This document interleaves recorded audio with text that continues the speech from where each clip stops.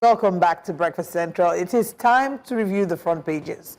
And joining us is, a very special guest who has been away. But before we review the front pages, let's still bring you update regarding the Anambra elections. Our man, Austin Azu, is on standby to bring us updates as well. Good morning, Austin.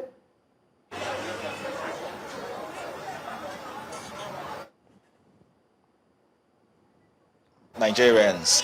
Of course, we are still at the election where we are in Bloc, precisely the capital of Anambra State, where the voting material, sensitive voting materials were distributed yesterday from the CBN's office and onward movements to the various local government areas. And it's expected that the voting materials might have arrived those local governments as at now.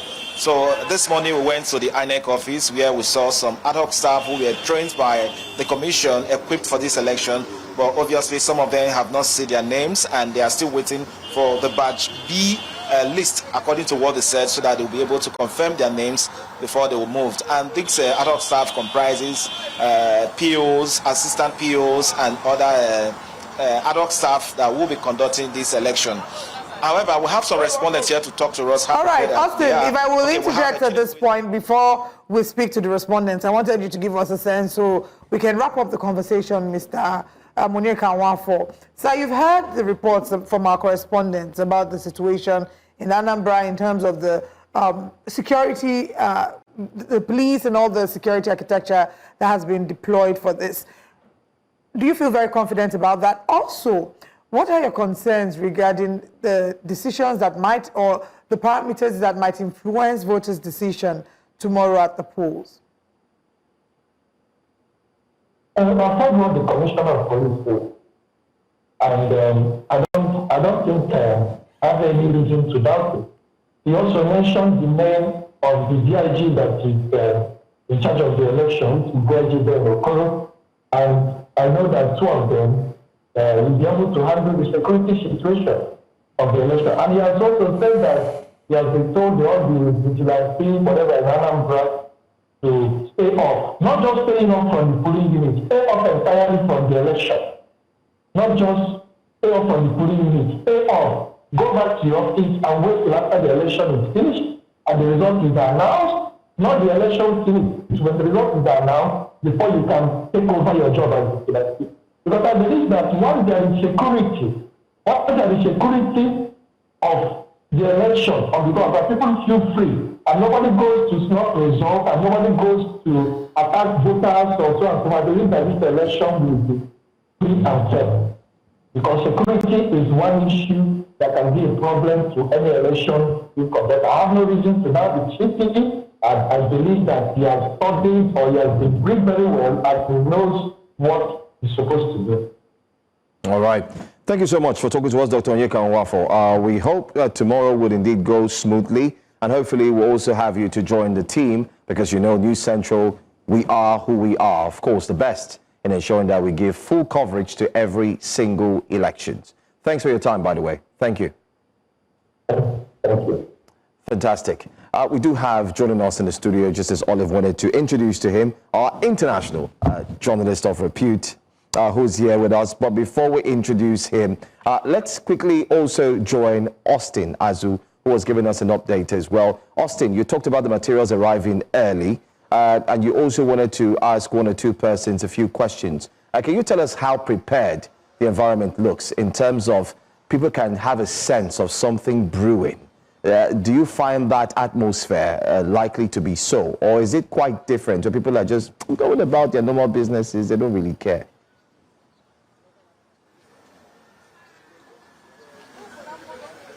Okay, Joe, I will confirm this for you for free that we have spoken to a lot of respondents here in the state capital and beyond, and the atmosphere seems very charged, and a lot of them are so enthusiastic about the election, and they are fully ready and prepared. And all we have been saying, all we have been hearing from them remains that they are fully ready for the election. All they are just waiting for is just for INEC and security agencies to ensure that their mandate is being affirmed. But for what of time? Because with the guests we have here, we are in a very busy area. Precisely, we are at a terminal where we want to speak to some of these bus drivers. All right, Chinedueze, please come forward.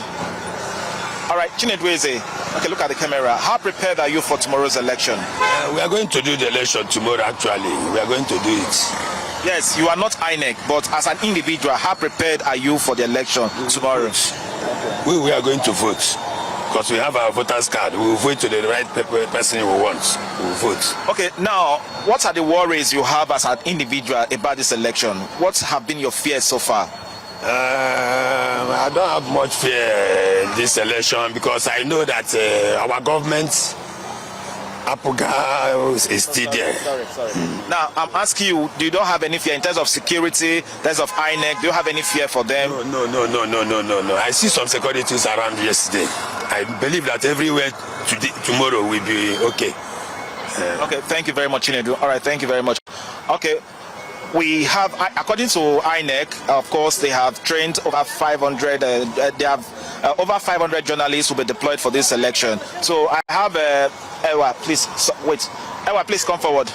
Okay, a journalist here to bring us to speed. How prepared is she for this election? Okay, how prepared are you for this election? We are well prepared for this election as Anambra State journalists covering this election.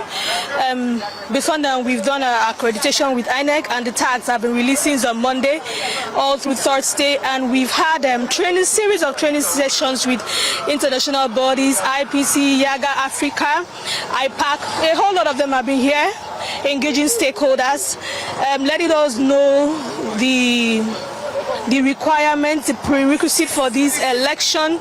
And then we've also, as journalists, we've had stakeholders engagements with the police, with the INEC, and even the political aspirants. They've also engaged journalists. So the Anambra and journalists here in Anambra are well prepared for this election because over 500 journalists have been accredited for this exercise in Anambra State. Okay, thank you very much.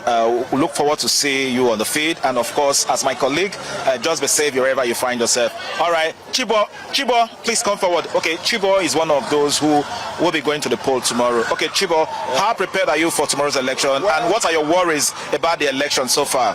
Well, I'm well prepared as a person, as an Anambrian. It's my right to vote, and the candidate of my choice, and the promise they made for us.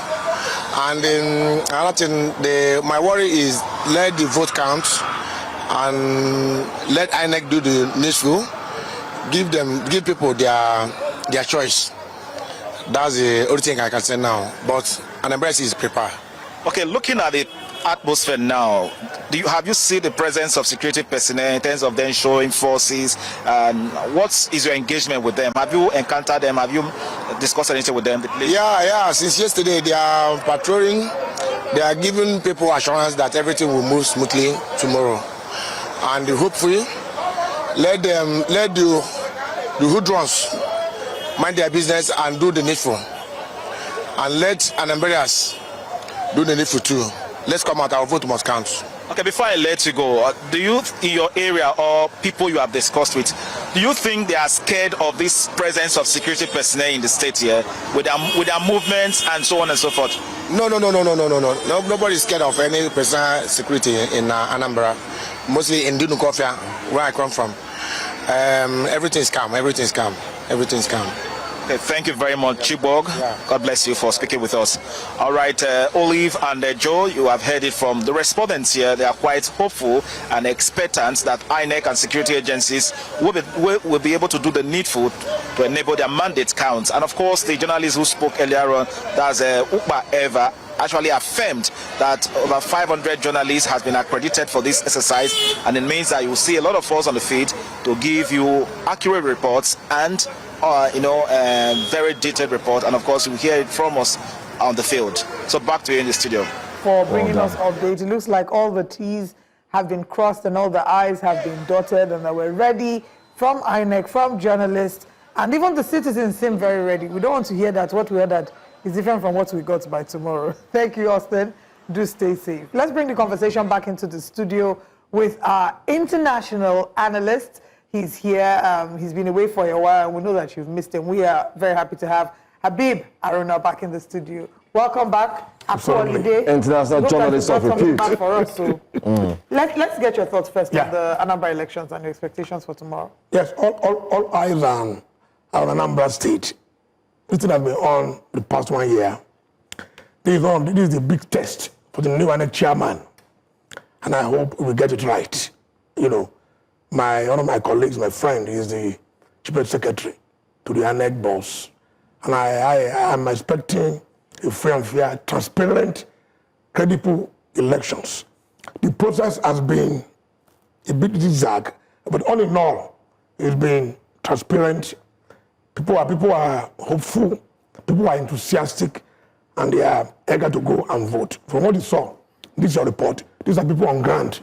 They have no fear, and security operatives are on ground, and NEC officials are on ground. The materials have been on ground for the past 1 week. So there should be no excuse whatsoever. And I was talking to a guy while I was waiting for this program that can imagine that Nigeria are waiting for one state elections. You know, so the stakes are high. The stakes are high, and I hope that both the electorate, those involved in elections, and the stakeholders, they will do their own role, they play their own role very well in line with the Constitution and the law of the land. All right. I'm hopeful for tomorrow. Okay. Let's go straight to our papers. Let's start off with the Punch. The Punch newspaper will be our very first paper. You can call in if you can. The phone number will be shown on the screen pretty soon. The front page there says, Trump threats. Tinubu rallies foreign allies as North rejects Sharia ban. Federal government vows to crush terror networks. NEF, ACF reject U.S. move to outlaw Sharia. That's one of the biggest stories. I believe you are very much in tune to it. Anambra poll, INEC distributes sensitive materials. 55,000 policemen mobilized. We did take that story. We do have our correspondents who are there live. All three of them spoke to us this morning. Vehicle imports slide 10% on weak consumer spending. Vehicle imports slide 10%. Okay, that's another one. Pretty Mike gets 50 million naira bail for alleged drug offense. A newly inaugurated Tinubu campaign officer demolished, campaign office demolished in Benue. And APC Wike blasts PDP over U.S. embassy. Let's leave all these stories. So many stories. Let's start because of time. Let's focus on Trump threats. We haven't heard your own side of view, especially what you think about it. But then again, the president, during the Federal Executive Council meeting yesterday, National Executive Council meeting yesterday, they say that they will be looking forward to foreign allies to crush terrorism. What's your take on the Trump threats and the response from the Nigerian president? Don't forget that we discussed the issue of genocide. This is a program. Absolutely. A month ago. Absolutely. When that comedian raised the issue, it was at the same time also amplified by Senator Cruz of Texas. Absolutely. Nigeria did not take notice of the importance of the implications that will cause the nation and the consequences. We did not quite look at it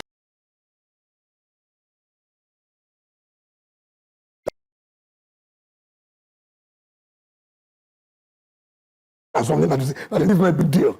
So we did not have time. We reacted very late when the man charged Trump now came up with his number, that this has been going on. Trump is also that it's under pressure from the evangelicals, to that. Last time I checked, Trump is not the head of Christendom. It's the Pope. It's the Pope that symbolizes Christendom. And Pope has not said a word.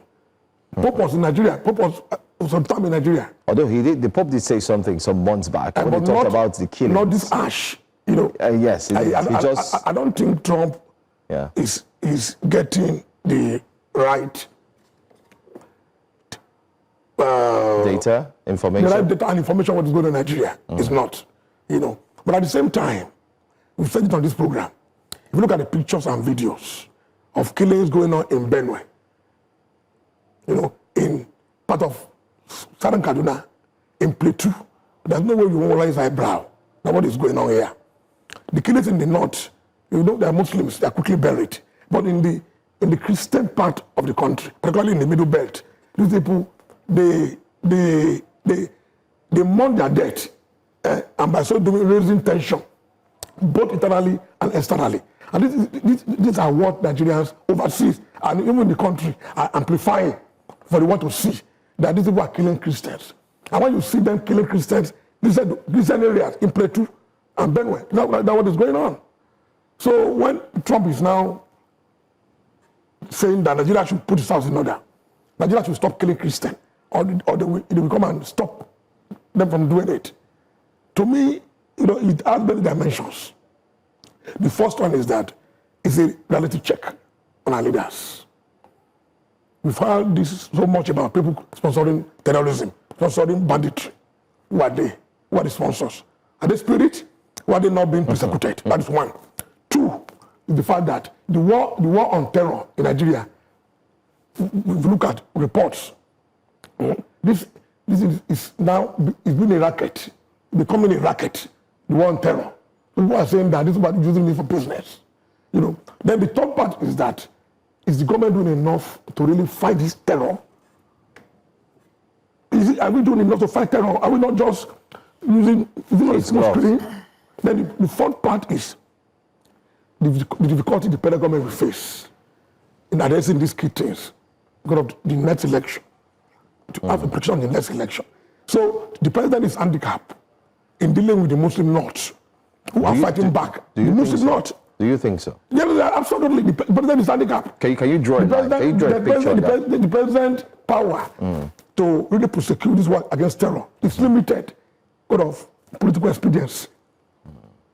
And that is why they are already saying, the SCF and the Northern Power Bloc, that this is not even Sharia, not even go there.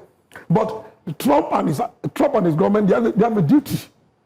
The duty is about their interest. And this interest is preventing you from killing Christians and making sure that people, if you have access in America, those access will be frozen.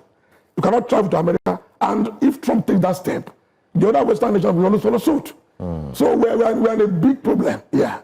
A big problem here. And the idea of simplifying it and saying that because they're also killing Muslims, it's only Christians they're killing Muslims. That is simplifying it. We are saying that implicitly that we've allowed the killings to continue for so long. So there's a problem. It doesn't matter who's being killed. It's a reality check. There's corruption in the fight of banditry and terrorism. And at the same time, there's no effective leadership. And lastly, Nigeria should put its house together and at distance. Okay. I want us to take another story quickly on the front page of the Daily Trust. Of course, the big story is U.S. threat, Tinubu response to Trump. Despite peace deal, bandits killed two Katsina community leaders. Chief Imam killed over alleged witchcraft in Kwara. Cameroon's Paul Biya sworn in for 8th term. Lagos gets new federal varsity amidst 7-year ban. Let's pause there. So, Gospel Akpabio had announced at yesterday's plenary that the Lagos State is getting the Lagos State, let me get the exact name of the institution. Yes, the Federal University of Science and Technology, EPE. So it was signed, they signed the Federal University of Science and Technology, EPE Establishment Bill 2025 into law. Because that some months back, there was a pause, there was a moratorium. We talked about it on the show, how they had said that we need to put a pause on new universities, polytechnics, and tertiary institutions, the establishment of new ones in Lagos for 7 years, so that we can properly work on what's currently existing. So how do you balance that vis-a-vis this latest development?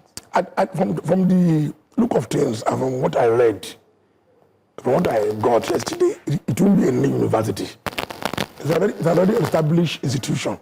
They just elevate it to be a university, But what you said is also very instructive, that the federal government has said that they will put a ban on new universities. So why this one now coming in?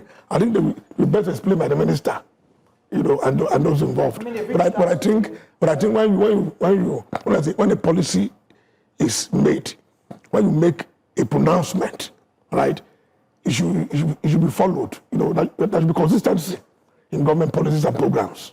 But I don't think it's a brand new setup that we spend money on. I think it's upgrading an institution that's already exists If you're upgrading, Yeah. shouldn't it have specified there that is an upgrade? As I'm opposed only to giving say you an information establishment? that I got yesterday. Yes. But they need to confirm it. Anyway. I mean, the Daily Trust reached out to their representative, their media and press representative, and they said they'll get back to them. They haven't gotten that. But let's still look at the front page of the Daily Trust. At the top of the paper, we can see the story. 3 teachers attend to 207 pupils in FCT school. So this is a terrible reality. How can 3 teachers attend to only... Anyway, we'll come back to that. 15% tariff. Petrol may cost 1,028 naira per litre. Diesel 1,194. You see, we're going back again. Let's actually even stop there. No.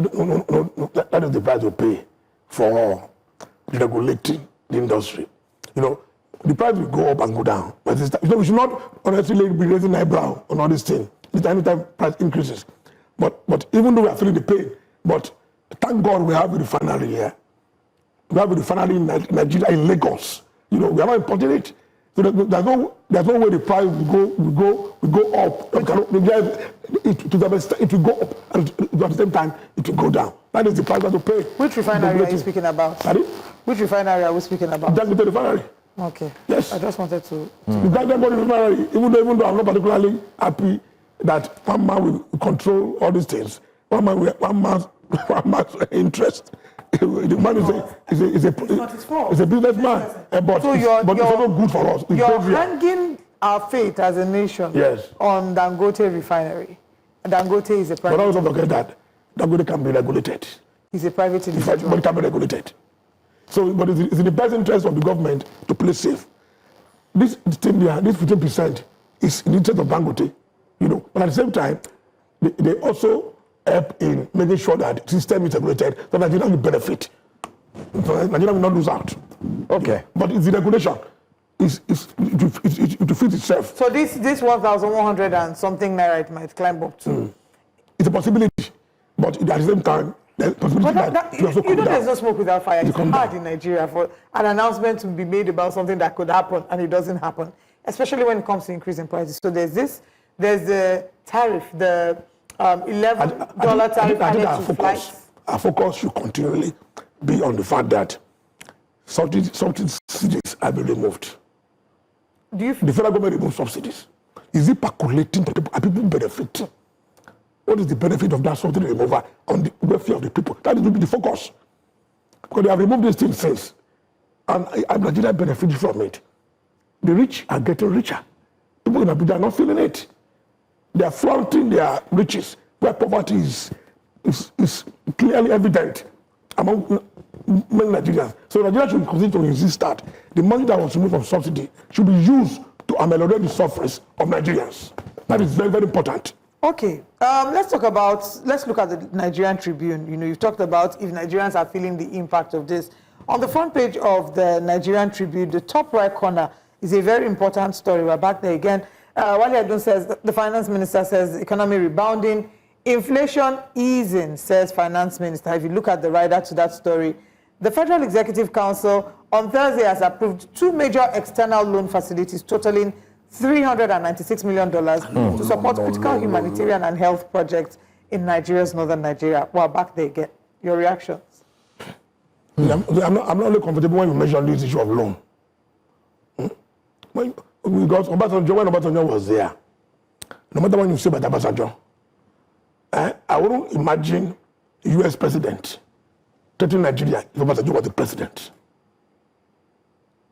I want it on record.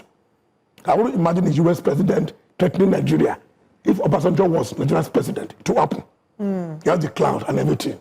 I mean, look at the numbers, just to quickly clarify. This morning, some guys were flaunting, posting a picture of Obasanjo addressing the world at the G7 meeting in Berlin. And at the back of Obasanjo were George Bush, Putin, and the rest. Obasanjo was wearing like that. That was Nigeria in the sun. We have a time in the sun. When you are borrowing, and Obasanjo paid all this. Paid all these loans back. Some of them were money. Yeah. So why we keep on borrowing? I thought they said they have removed subsidy. So we have more money in our coffers. So why is he borrowing this money? $300 million for World Bank credit to support internally displaced persons. Second approval is for a combined $96 million credit from the Islamic Development Bank, ISDB, and the African Development Bank, with $50 million and $46 million respectively allocated for the Sokoto Health Infrastructure Project. The Sokoto State government will also contribute counterpart funding. When the government preoccupation is largely on borrowing. And the IDP camps. And passing the people. And there's a lot of... How do we progress? There's a lot of cries from the IDP camp that they are living in a very poor state. And these are some of the pictures that people are posting.